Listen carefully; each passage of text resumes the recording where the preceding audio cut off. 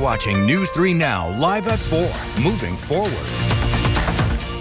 Good afternoon and welcome to Live at 4. We begin with breaking news. We have just learned the identity of the woman who is the subject of a death investigation in the village of Blue Mounds. The Dane County medical examiner says 54-year-old Heather Schoonover died just before noon on Monday morning. The incident that led to her death happened on Smoky Mountain Trail. The cause and manner of her death are still pending, but as of Monday afternoon, police have identified a person of interest, and she is in the hospital. And we also have some developing news. Crews are responding to a fire in Middleton. Dane County Dispatch says firefighters first responded to the fire just after 3 o'clock on High Road. We have a News 3 Now crew on the way to the scene, and we will keep you updated as soon as we know more. You can stay informed with the Channel 3000 mobile app. First, let's get a check on the weather. Jacob Madison is out on the sunny weather patio. Nice afternoon today, Jacob.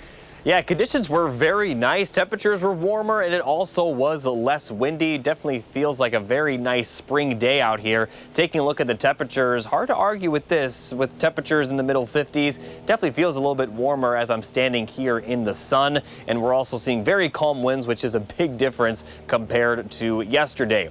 Now, throughout the evening, we are going to see clouds increase, and temperatures are going to drop into the middle and lower 50s, then into the upper 40s a little bit later in the evening. And overnight, we're going to see partly cloudy skies, maybe some mostly clear skies at times. Overall, low temperatures will drop to near 40 for Madison, but middle 40s will be the lows for areas further west. Now, even for tomorrow, we are going to be dry for much of the day. Those showers and storms that are expecting, they're not going to happen until possibly the evening and even possibly after sunset tomorrow. So we are going to be dry for much of the day, but we do have the showers and storms expected with an alert day in the forecast for Friday because some of those storms could be on the stronger side. I'll talk through the forecast on that coming up a little bit later.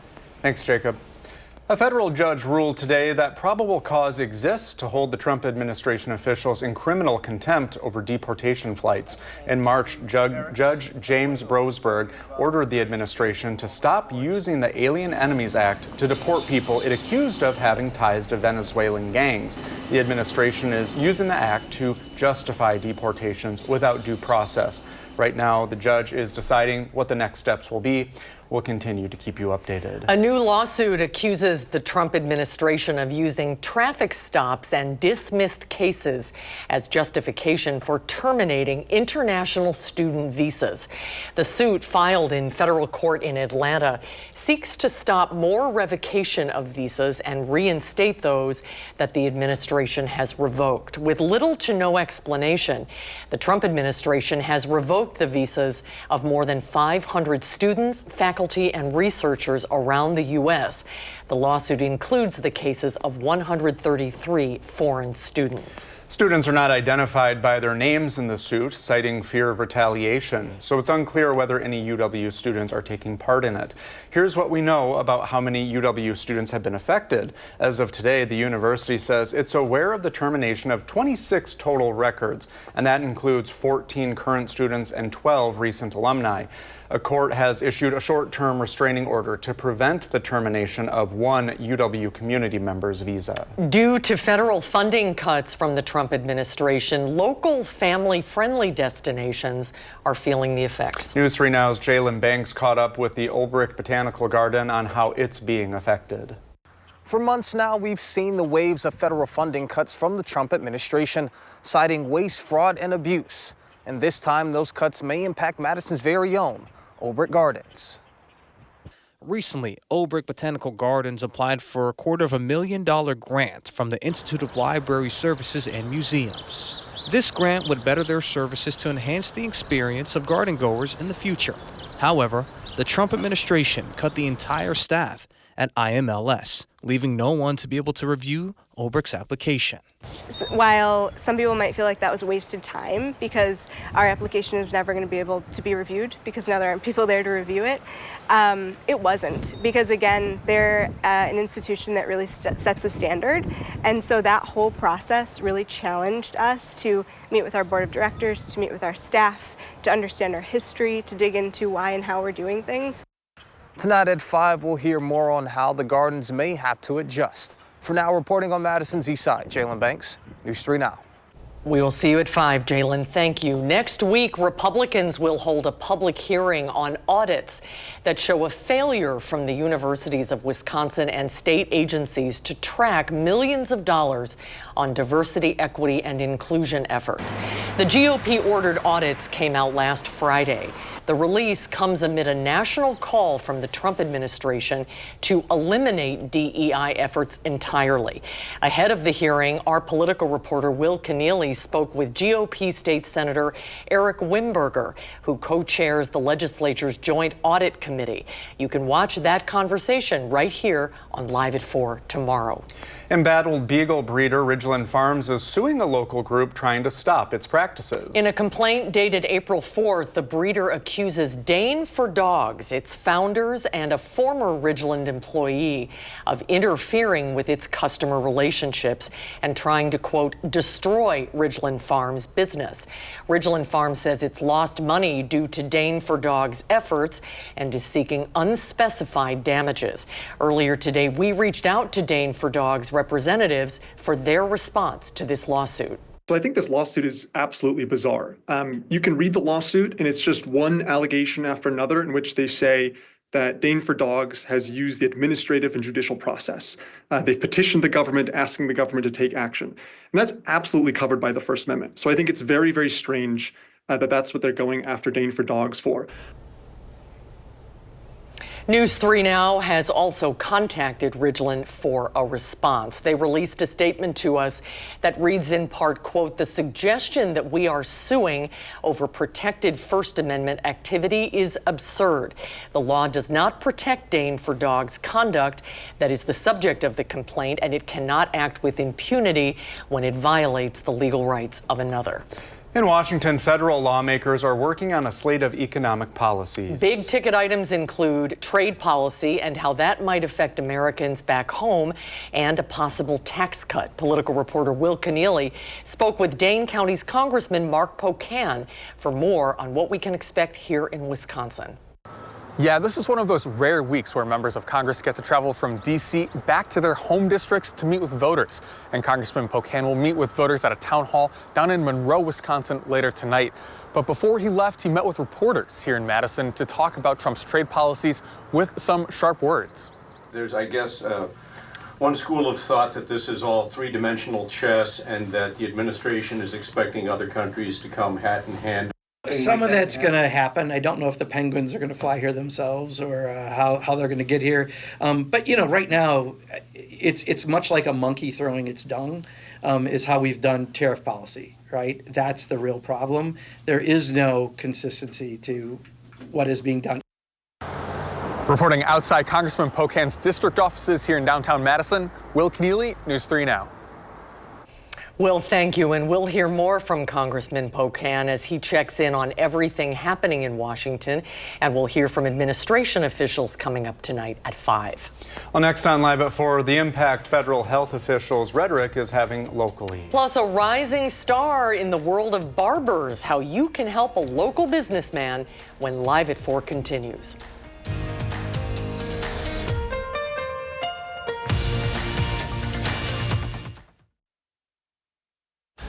Autism is a developmental disorder caused by differences in the brain, and only recently have doctors started to diagnose it more.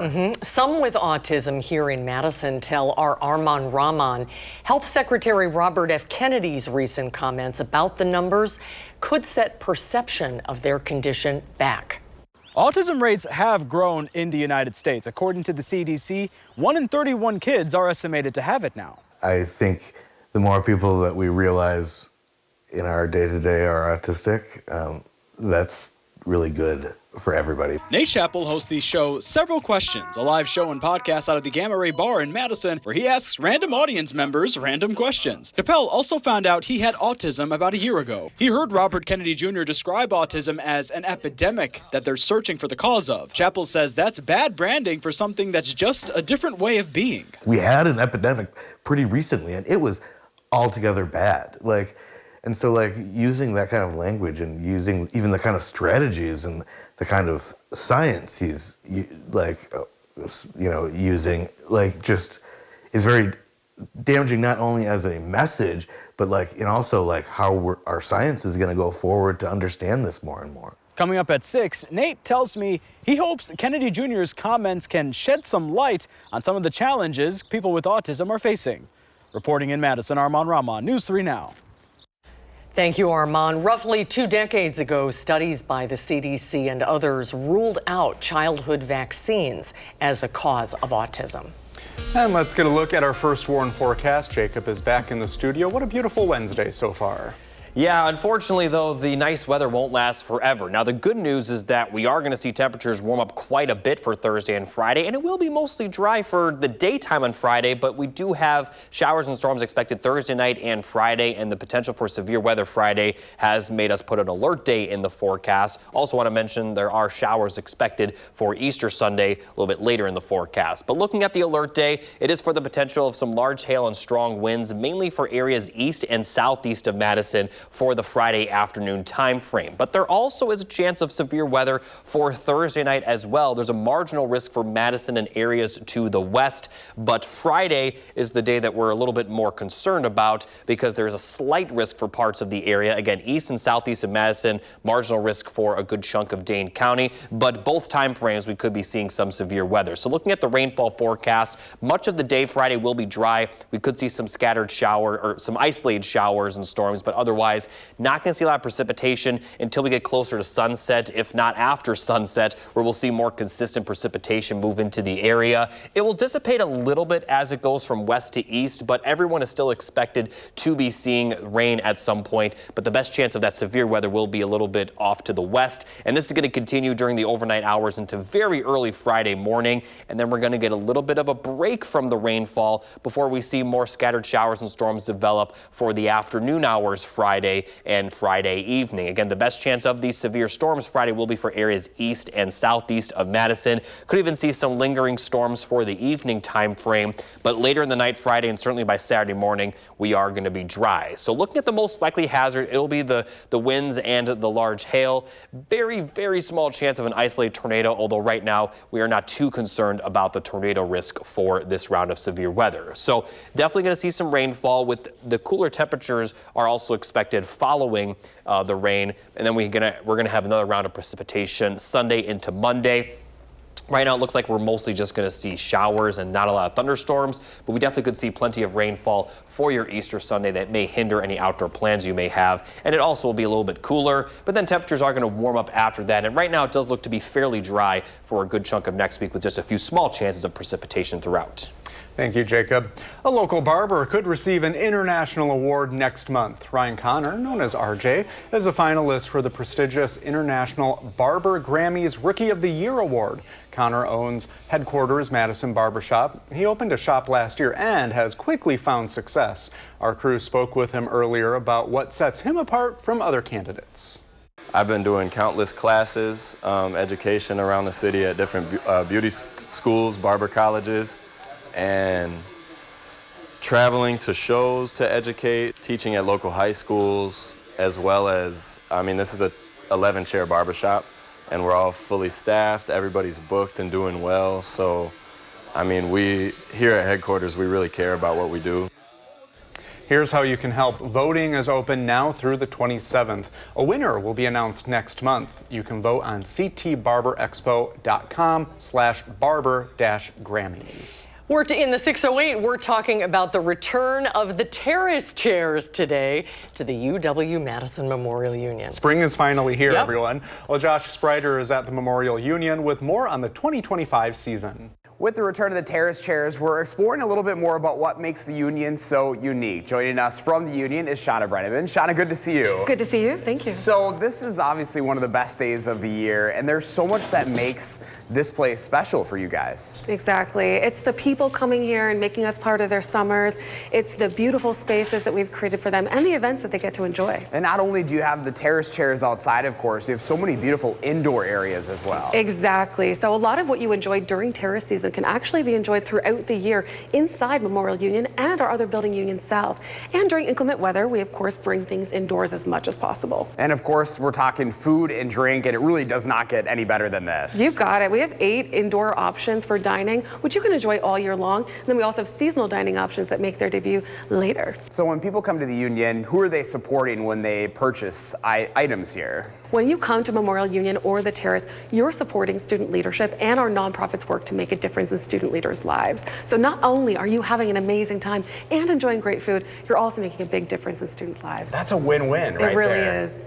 You know, when we're talking about a big summer of events, there's a lot going on here, and you guys are always trying to adapt, coming up with new ideas all the time. You got it. I mean, we're always coming out with new products and new events. In fact, we're going to have some genre-themed music weekends coming up, which you'll find out more about that in mid-May, but we're very excited to share those with the community. All right, so we got to talk about Friday because you guys are having the big party on Friday to really kick off the summer season. You got it. Would it be the Wisconsin Union if we didn't hold a party to celebrate? Exactly. So we're having a party on Friday from 3 to 6 p.m. Bucky's going to be there, the UW Marching Band. We're going to be giving away free samples of our beverage Summer Sparkler. We're going to have a ton of fun for folks. We finally made it. We did. It was a long winter. It really was, but we've made it to Terrace season. Shauna, thank you so much for your time. If you'd like to learn more about what's happening here at the Union for summer season at the Terrace, just go to this story up on channel3000.com. At the Union, I'm Josh Breiter, News 3 Now. Today is my son's birthday. This was the best present ever to have the Terrace chairs happy back birthday, out. Matt. Very good. Well, coming up, the NFL Draft kicks off next week. And we're giving you a taste of it today. That's right, a taste with a local cheese sculptor when Live at 4 returns.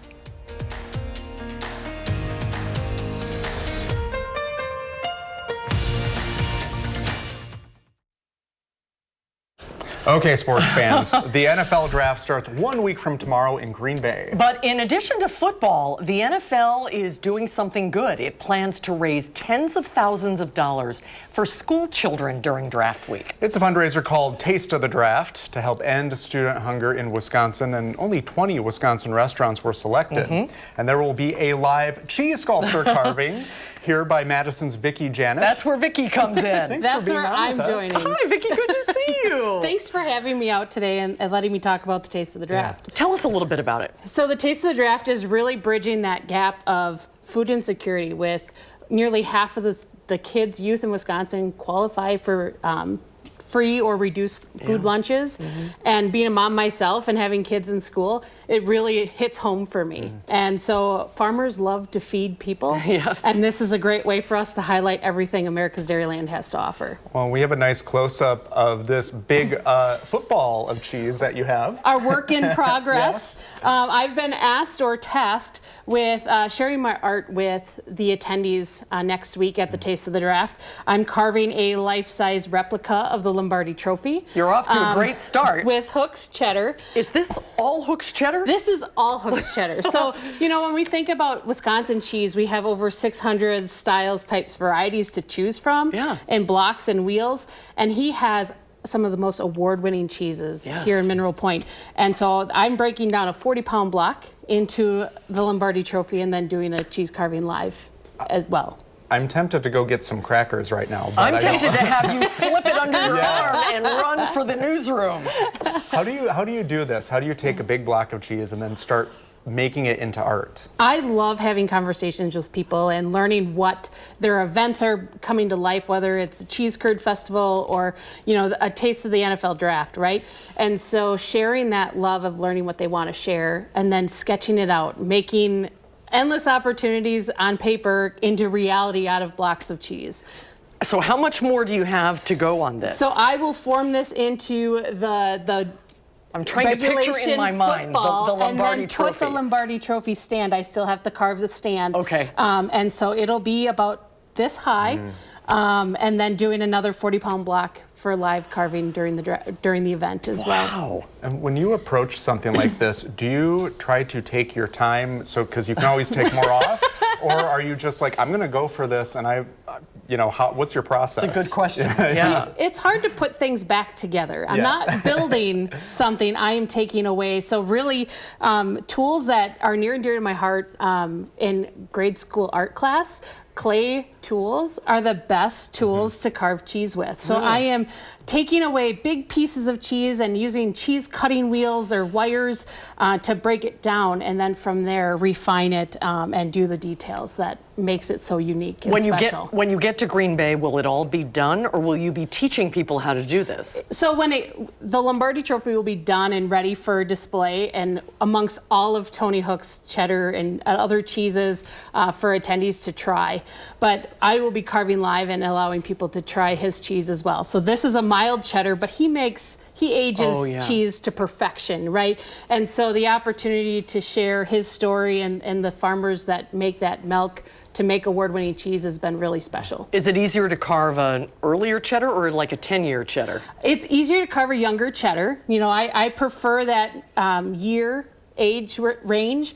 As cheddars age, they tend to crumble, right? You experience that affinage. So we have the opportunity to really play with cheese and create it into artwork. Well, thank you for sharing. What your a joy fun and thing! passion with Have us. fun in Green Bay. We're gonna have a great time and really creating awareness and bringing people together for the Taste of the Draft that the NFL and Gen Youth put on. It's all for a great cause. I could grab this and you'd run, Brady. I'll catch it, and then I'll run away. Vicki, have so much fun. Perfect. Thank you. Great to see you. Thank you so much for having me out. Well, coming up on Live at 4, why hundreds gathered at the Capitol today for a rally. Plus, how tariffs could affect your morning coffee fix. That's when Live at 4 continues.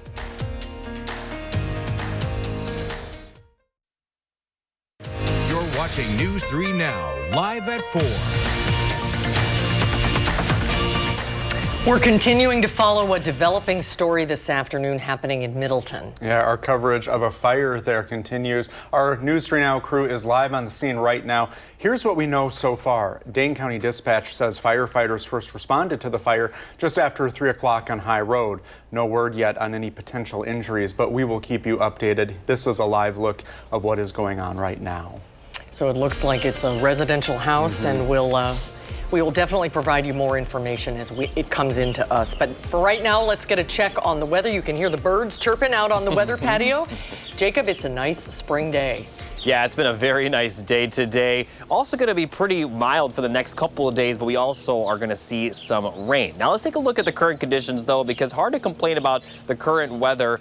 Now it only is 54 degrees, but it feels a lot warmer out here when you're in the sun, and we're also seeing very little wind, which is a big difference from yesterday. Looking at the current wind speeds, almost everyone below 10 miles per hour at this hour. A few locations a little breezy, but I can't feel or hear any wind out here, which is a big change. Also taking a look at the current radar, completely clear right now. And as we look at the overnight forecast, we're going to continue to see partly cloudy to mostly clear skies. Maybe we might see some mostly cloudy skies at times, but we are going to be dry tonight. Lows will drop to near 40, maybe a little bit milder though further south and west. But as we go into tomorrow, temperatures are going to warm up even further. Now we are expecting rain, but that may not happen until much later in the day. It looks like most of tomorrow will be on the drier side, but it also is expected to be pretty windy. And then that rain will lead to the possibility of some thunderstorms, specifically Friday afternoon, where we do have an alert day in the forecast. So I'll talk through the forecast on the alert day coming up a bit later and show you your Easter forecast.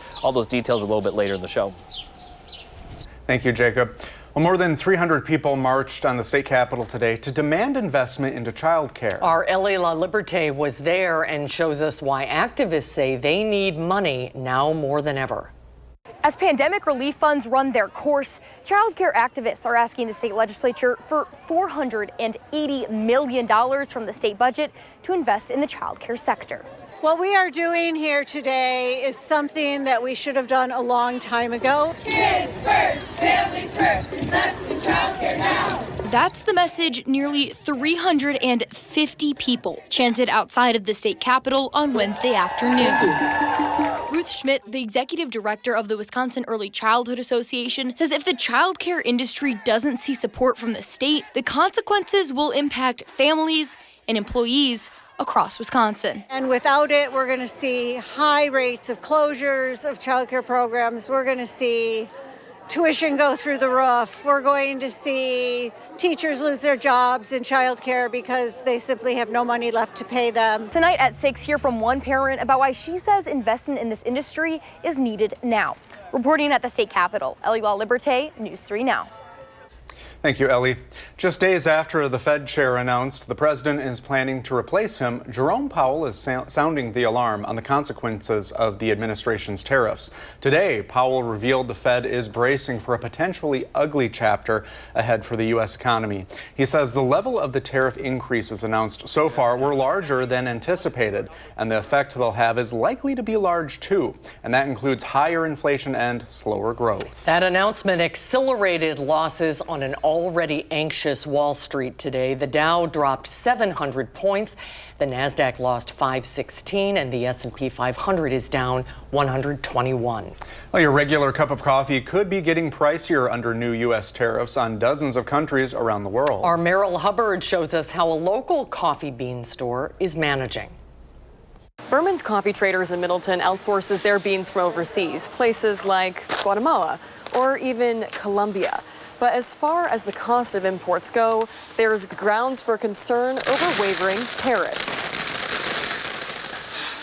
Well, everything's been volatile. It's been great ups or downs. Coffee prices have been heating up in recent years, and brewing taxes on imports can burn the bean business. There's currently a 10% base global tariff on all U.S. coffee imports. Countries like India, Indonesia, and Vietnam are subject to even higher levies, but the Trump administration put a 90-day pause on those. Well, it's always a juggle. It's always a juggle. Small business, it's new challenges every day, but the pricing has been very difficult to moderate. If we don't watch the market and pick our times to buy, and all of a sudden we can be much more expensive than the competition. John Berman runs his family's coffee company that started in 2002. He says Brazil is the #1 coffee producer and that the 10% tariff boosts the price on unroasted coffee by about 50 cents a pound. Reporting in Middleton, Merrill Hubbard, News 3 Now.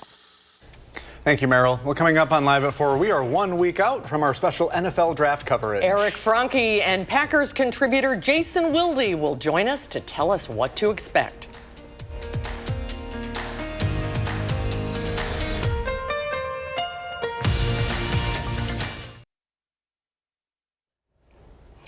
Welcome back, everybody. We're taking a live look. Here it is, Lambeau Field up in Green Bay. Yeah, something's going on up there. No, I'm kidding. Today marks 1 week until we begin our NFL draft coverage, led in part by News 3 Now's Eric Franke and Packers contributor Jason Wilde, and they're joining us now with a look ahead. A lot of fun to be excited about. You got it. Brady, Susan, we're getting ready for the NFL draft over the next week, leading up to round 1 Thursday. So special this year, of course, because it's right here on Wisconsin soil. And joining me now from his cozy abode. I don't know if that's his parents' basement or what's going on there, Wilde. I'm not sure what this little room is. But it's our Channel 3000 insider, Jason Wilde, with his Packers coverage. And Jason, good afternoon. I think you can hear me. Can you hear me? I don't think you can hear me. So, you know what? Let's try to figure out our issues here technically. Jason, can you hear me now? I can hear you now, Eric. All right, there's a little bit. What a debut! I was making fun of you being in your parents' basement, but you didn't get to hear that. Anyway, let's get on with it and talk draft. This time is when guys are visiting, they're getting measured, they're doing all these things in Green Bay. Is there anything you've been able to glean from who the Packers have hosted that gives us a little insight into how they may be thinking on draft night? Definitely, Eric. And I think what's funny is we're in such a draft industrial complex. Everyone's so interested in who's in mock draft 5.0. But the place that you really want to look is who are the Packers bringing in for visits. They've brought in the top 3 ranked wide receivers, including Tetaroa McMillan out of Arizona recently. That signals that they could go wide receiver with their first pick. They brought in a lot of defensive players as well. But that is really the tip that you might be able to take from what they do in terms of having visits. That might lead to a first-round pick next Thursday. I want to touch on that receiver thing. It has been a long time since the Packers have gone wide receiver. This would make Jordan Love happy in round 1. I think it was Javon Walker back in 2002 was the last time the Packers took a wide receiver in the first round. Any indication they may go wide receiver? I mean, it's been a while. Yeah, so you and I are old men now, and once upon a time we were young men. And back then, the Packers drafted Javon Walker in the first round in 2002. That's how long it's been, over 2 decades since they used the first-round pick on a wide receiver. Interesting, since the Super Bowl era began, 4 wide receivers have been picked in the first round by the Packers. 2 of them, Sterling Sharp and James Lofton, are in the Hall of Fame. That's a pretty good batting average, except there's only been 4 at-bats. Yeah, that's pretty good. Well, Jason, we look forward to getting more Packer coverage in the week ahead. A lot of lead up to this draft next week, of course, right here in Wisconsin. Jason Wilde, our Packers insider, joining us here on the program. Susan, Brady, back to you. All right, Eric, thank you. Thanks to Jason as well. And don't forget, News 3 Now will be talking about the NFL draft in Wisconsin all this week and next. In addition to Jason and Eric, sports director Zach Hanley and Andrew Banstra will lead the coverage. They'll have the sights, sounds, and strategy leading up to next week's first-round picks. Now, tomorrow we have to talk to Jason, so we better get studying. We better get studying. Yeah, yes. I bet he doesn't want to talk about Reba McEntire. No, so, maybe not. Well, coming up on Live at 4, Lisa Briggs will join us to answer your plant questions. It is finally feeling like spring. If you have a question for Lisa, email it now at tips@channel3000.com. We'll take your questions when we come back.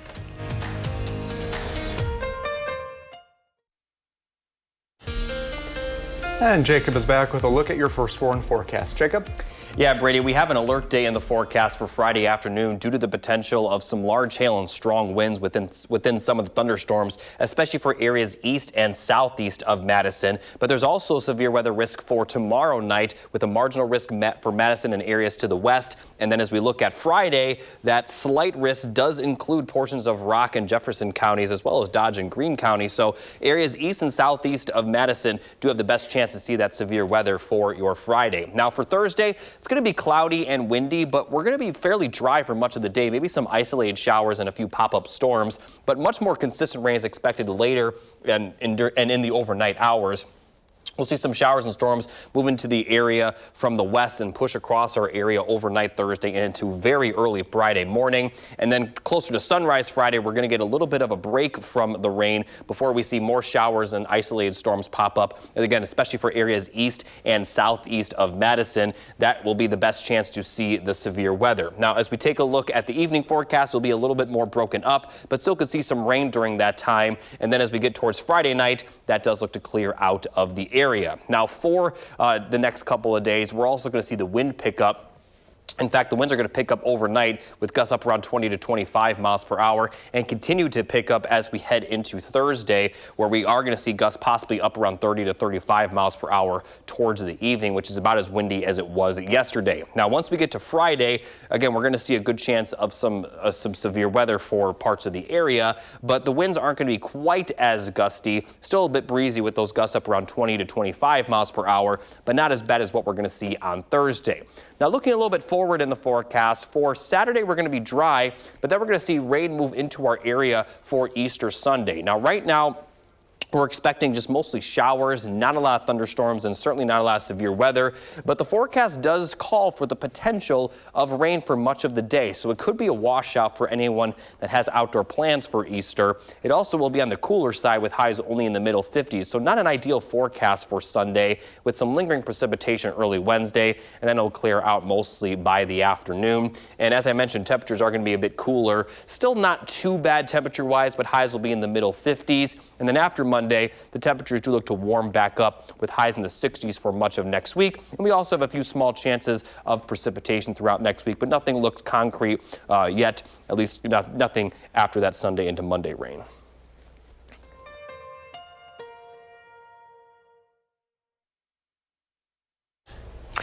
Well, it feels like a perfect day, doesn't it, to take questions for spring gardening questions for Lisa Briggs from the Bruce Company. And you can email them at tips@channel3000.com. But let's welcome back Lisa. Lisa, you have a nice little flower there. Yeah, this is a lavender. Smells really great. Sorry, you can't, that there's no smell-o-vision available quite yet. I'm sure someone will invent it soon. But it's really pretty and it smells amazing. Yeah. Good time for it. Well, Lisa, we have some questions. So someone wants to know, I have a large area of vinca.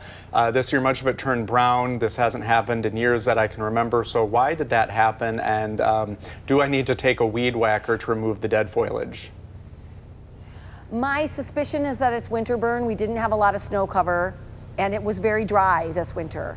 So what I would do is water the area and then just wait until the buds pop. It might be that the buds are still viable, just the foliage has died back. And so that will fall off naturally. And if the buds pop, then they can go from there. If it's probably like late May or mid-June and it hasn't come back yet, then they can cut it back. And the part that is still alive will eventually fill that area in. All right, sounds good. We've got a lot of bulb questions today, and Joe from Laval wants to know. Yeah, he has canna lily bulbs and wants to know when he can put them in the ground. Lilies should not go in the ground probably till about early to mid-May. If he wants to get a head start on them, he can certainly plant them up in pots. Now, take them out on nice days, but have them in a sunny spot in the inside. And then when it is, I would say, later May, he can put them out and transplant them into the ground. Well, Judy wants to know, is it okay to prune junipers now?